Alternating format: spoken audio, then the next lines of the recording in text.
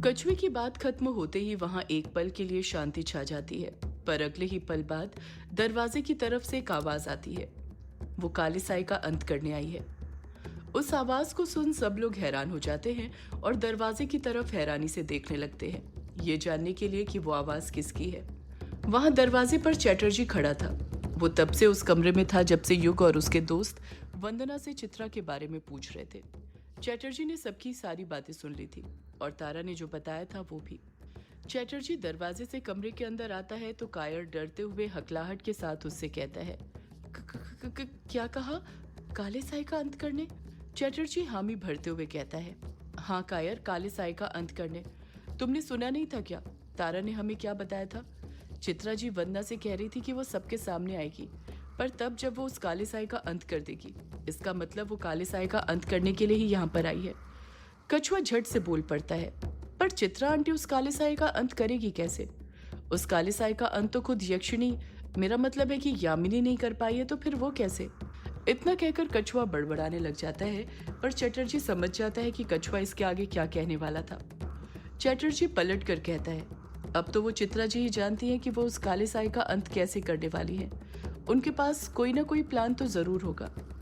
कोई कुछ कहता उससे पहले युग झट से बोल पड़ता है, वो कुछ नहीं करने वाली है। उनके पास कोई प्लान नहीं है। वो बस हम सबको धोखे में रख रही हैं, जैसे आज तक उन्होंने वंदना भाभी को रखा था, उनसे ये कहकर कि वो मेरी भलाई के लिए मुझे छोड़कर गई थी। युग की ये बात कहते ही सब लोग उसकी तरफ एकटक देखने लग जाते हैं, उसे घूरने लग जाते हैं। युग गुस्से के साथ कहता है, मैं माँ को अच्छे से जानता हूँ, बिना अपने मतलब के वो कोई काम नहीं करती है। वो इतने सालों बाद वापस लौट कर आई है तो जरूर अपने ही किसी काम से आई होगी, और उस काम के होते ही वो वापस चली जाएगी, उस काले साए का अंत किए बिना। वो उस काले साए का कुछ नहीं करने वाली है। यामिनी बीच में दखल देते हुए कहती है, पर युग बाबू, मुझे ऐसा बिल्कुल नहीं लगता है। मुझे तो लगता है कि यामिनी अपनी बात पूरी करती उससे पहले युग उसे बीच में टोकते हुए बोल पड़ता है, तुम तो चुप ही रहो यामिनी, मुझे ना तुमसे बात ही नहीं करनी है। मुझे पता है तुम अभी भी माँ का ही साइड लोगी। आखिर तुम एक औरत जो, और एक औरत हमेशा औरत का ही साथ देती है, कभी सही और गलत नहीं देखती है। यामिनी हिचकिचाहट के साथ हिम्मत करके युग को समझाने के मन से कहती है, नहीं युग बाबू, ऐसी बात नहीं है, मैं तो ये कह रही थी कि। युग फिर यामिनी को बीच में टोकते हुए कहता है, मैंने कहा ना यामिनी, मुझे तुमसे कोई बात नहीं करनी है। यामिनी पलट कर कहती है, पर क्यों युग बाबू, क्यों आपको मुझसे कोई बात नहीं करनी है? युग गुस्से के साथ ही कहता है, मैं तुमसे बात क्यों करूं यामिनी, जब तुम्हें मेरी किसी बात पर यकीन ही नहीं करना है। न तुमने मेरी इस बात पर यकीन किया था कि मुझे माँ दिखी थी, न उस कहानी पर यकीन किया था जो मैंने लिखी थी। तुम्हें तो वो कहानी झूठी लग रही थी। यामिनी खामोशी के साथ खड़ी रहती है, युग की सारी बातें सुनती रहती है। युग अपनी बात को आगे जारी रखते हुए बड़े ही आक्रोश भरे लहजे में कहता है, तुमने सुना न तारा ने हमें क्या बताया? जब वंदना भाभी ने माँ से प्रशांत अंकल के साथ बिताई हुई रात के बारे में पूछा था तो वो किस तरह घबरा गई थी और बड़े ताव से पूछ रही थी कि उन्हें ये बात कैसे पता चली। इसका मतलब ये है कि ये बात सच है कि माँ और प्रशांत अंकल का चक्कर चल रहा था, वो उन्हीं के साथ भागी थी। यामिनी अभी भी कुछ नहीं कहती है। तारा ने वंदना और चित्रा के बीच की जो बातें बताई थी उसे सुनकर यामिनी भी मजबूर हो गई थी। युग ने जो कहानी लिखी थी उस पर यकीन करने के लिए। सिर्फ यामिनी नहीं, कमरे के अंदर मौजूद बाकी सब लोग भी उस कहानी पर यकीन करने के लिए अब मजबूर हो गए थे। युग खुद से बड़बड़ाते हुए कहता है, उस कहानी में लिखी हर एक बात सच है, कुछ झूठ नहीं है, समझी तुम?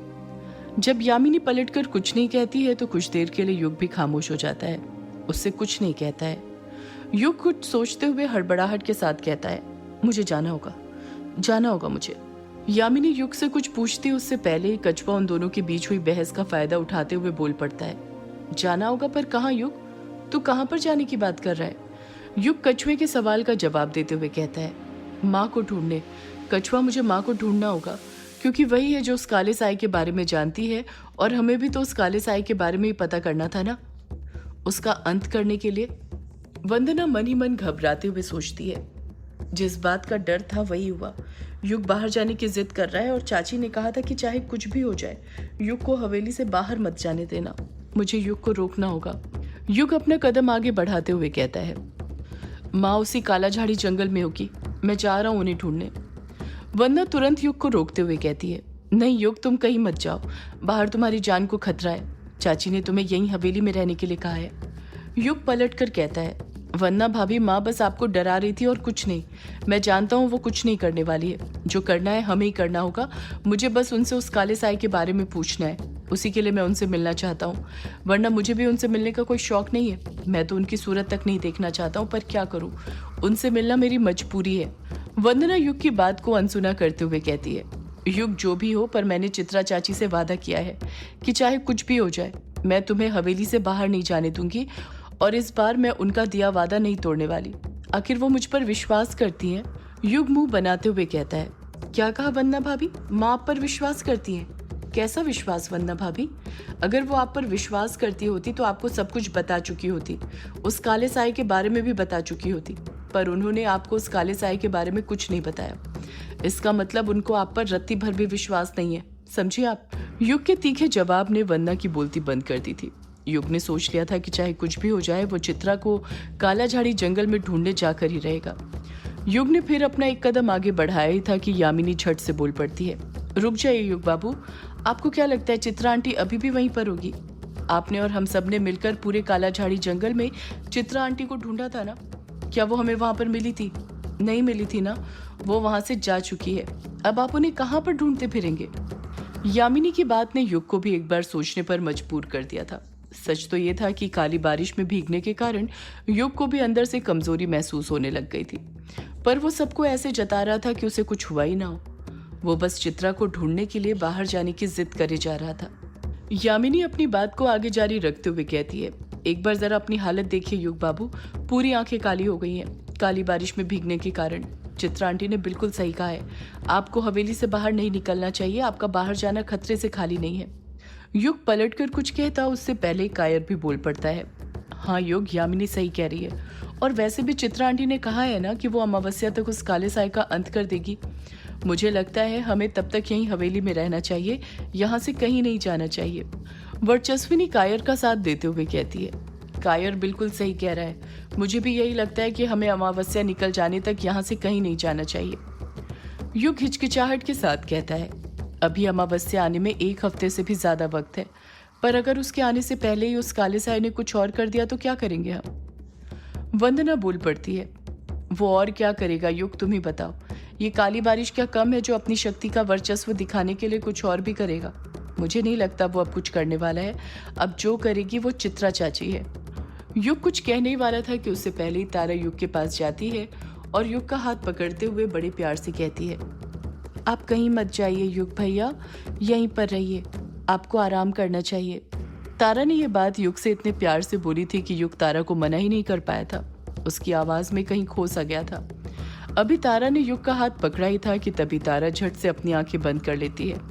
तारा और युग के हाथ के बीच में से वापस से सफेद रोशनी निकलने लग जाती है, वैसी सफेद रोशनी जैसी वंदना और तारा के हाथ के बीच में से निकली थी जब तारा ने वंदना का हाथ पकड़ा था। तारा ने अभी भी अपनी आंखें बंद की हुई थी। युग ने अंदाजा लगा लिया था कि इस बार भी तारा जरूर उसका हाथ पकड़कर उसके बारे में कुछ न कुछ देख रही है, पर वो क्या देख रही थी ये सिर्फ तारा जानती थी। वो इस बात का अंदाजा नहीं लगा पा रहा था। सिर्फ युग ही नहीं बल्कि कोई भी अंदाजा नहीं लगा पा रहा था कि तारा उसका हाथ पकड़कर क्या देख रही है, उसे क्या महसूस हो रहा था। तारा ने अभी युग का हाथ पकड़कर ही रखा हुआ था कि देखते ही देखते उनके हाथों के बीच से निकलती सफेद रोशनी कम होने लग जाती है। सफेद रोशनी वापस से गायब हो जाती है। युग और तारा का हाथ नजर आने लग जाता है। तारा की आंखें अभी भी बंद थी। जैसे ही वो सफेद रोशनी गायब होती है, इस बार तारा अपनी आंखें नहीं खोलती है बल्कि बेहोश होकर फर्श पर ही झट से गिर जाती है। वर्चस्विनी चीखती है, तारा बेटी। यामिनी भी तुरंत तारा के पास जाती है और उसे उठाने लग जाती है। युग और यामिनी दोनों तारा को बड़े आराम से उठाते हैं और बेड पर रख देते हैं।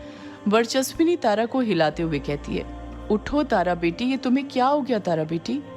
यामिनी तारा का हाथ पकड़ते हुए कहती है, तारा को कुछ नहीं हुआ है वर्चस्विनी जी, वो बस बेहोश हो गई है। वर्चस्विनी पलट कर पूछती है, बेहोश हो गई, पर कैसे? यामिनी वर्चस्विनी के सवाल का जवाब देते हुए कहती है, शायद युग बाबू का हाथ पकड़ने के कारण। युग हैरानी के साथ कहता है, क्या कहा? मेरा हाथ पकड़ने के कारण? यामिनी हामी भरते हुए कहती है, हाँ युग बाबू, आपका हाथ पकड़ने के कारण। मेरे ख्याल से तारा ने आपका हाथ पकड़कर फिर कुछ देखा है जिस कारण उसकी शक्ति का उपयोग हुआ है। और तारा ने अभी कुछ देर पहले ही वंदना पर भी अपनी शक्ति का उपयोग किया है। एक दिन में ही इतनी बार अपनी शक्ति का उपयोग करने से शायद वो बेहोश हो गई है। आखिर है तो ये एक बच्ची ही ना, यह अभी भी अपनी शक्ति पर सही से नियंत्रण नहीं कर पा रही है। वर्चस्विनी नम आंखों के साथ कहती है, ये मेरी बेटी के साथ क्या हो रहा है? ये ठीक तो हो जाएगी ना? यामिनी वर्चस्विनी को दिलासा देते हुए कहती है, हाँ वर्चस्विनी जी, तारा को कुछ ही देर में होश आ जाएगा। ये बस बेहोश हो गई है, घबराने वाली कोई बात नहीं है। वर्चस्विनी पलटकर कुछ नहीं कहती है, बस अपना हाथ तारा के सिर पर फेरने लग जाती है। कछुआ घबराते हुए मन ही मन सोचता है, तारा ने युग का हाथ पकड़कर ऐसा क्या देख लिया कि वो सीधे बेहोश ही हो गई? जरूर उसने कुछ न कुछ बुरा ही देखा है, तभी उसके साथ ऐसा हुआ है। तारा की ऐसी हालत देखकर युग भी बाहर जाने की जिद छोड़ देता है और कमरे में ही कोई सा कोना देखकर वहीं पर बैठ जाता है। कुछ देर बाद तारा को अभी तक होश नहीं आया था। वर्चस्विनी तारा के पास ही बैठी हुई थी और बार बार उसके सिर पर हाथ फेरे जा रही थी। सभी लोग खामोशी के साथ कमरे में बैठे हुए थे। उनको देखकर साफ समझ आ रहा था कि वो तारा के होश में आने का इंतजार कर रहे थे। कमरे के अंदर मौजूद सभी लोगों के चेहरे उतरे हुए थे। यामिनी कमरे के अंदर बैठी हुई थी कि तभी वो फिर वही बात नोटिस करती है जो उसके दिमाग में बार बार आ रही थी कि कमरे में अभिमन्यु और डायना अभी तक नहीं आए थे, वो भी इतना सब कुछ हो जाने के बाद। यामिनी मन ही मन सोचती है, ये अभिमन्यु और डायना कर क्या रहे हैं कि इन्हें जरा सा भी होश नहीं है कि हवेली में चल क्या रहा है। यहाँ तक कि चैटर्जी भी यहाँ की हलचल सुनकर यहाँ पर आ गया, पर ये दोनों नहीं आए। मुझे उन्हें जाकर देखना ही होगा। इतना कहकर यामिनी तुरंत अपनी जगह पर से उठती है और कमरे से बाहर निकलने लग जाती है। सदियों से है पुरानी ये है यक्षिणी की कहानी।